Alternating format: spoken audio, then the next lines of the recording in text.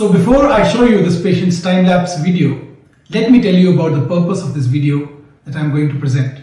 There is absolutely no education or research you can undertake, especially when you are planning a hair transplant for yourself, than a patient's hair loss and hair transplant journey.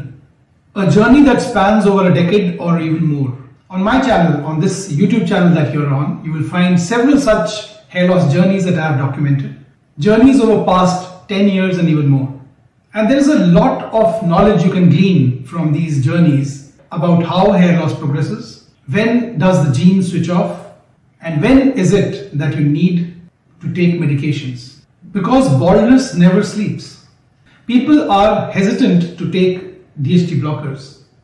Though finasteride is a drug which has been in use for over 35 years and can be classified as a relatively safe drug, given that the patient who's been on this drug has been counseled and proper selection of the patient has been done, that he does not suffer from other concomitant problems, could be psychological and could be organic.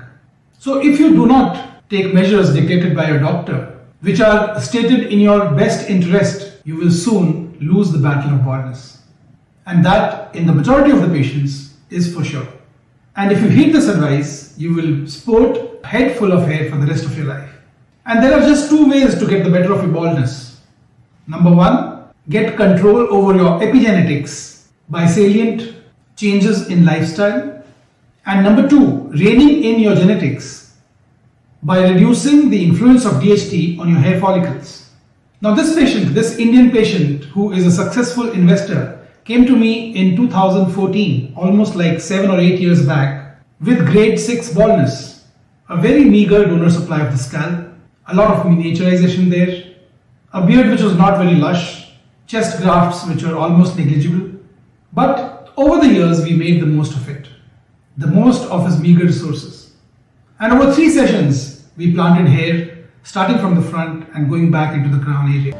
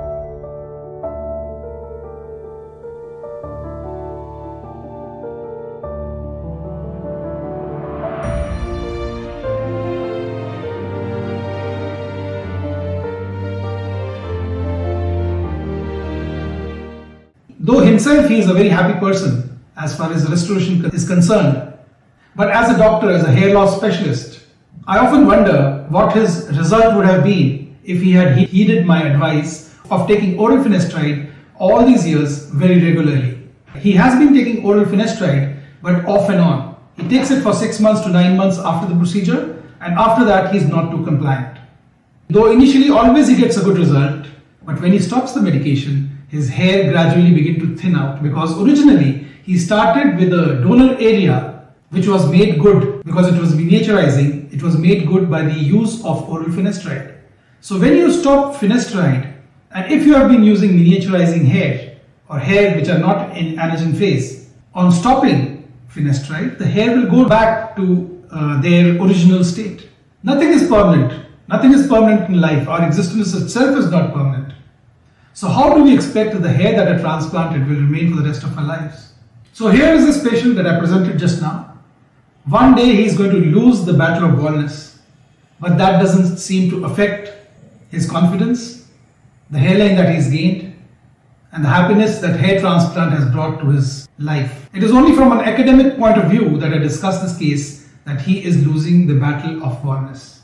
So that was the case of the day. If you have any questions, any doubts that come to your mind about hair loss, hair transplant and medication, I'm there to help. In the description below, you'll find the links to all my important videos. Let me know how you like this video through a comment in the comment section below. And thank you for watching. God bless you. Darling birds, I'm going to Darling Birds Clinic. Darling Birds is where I'm headed. For mama told me, son, there are no second chances. Love and war and hair transplant.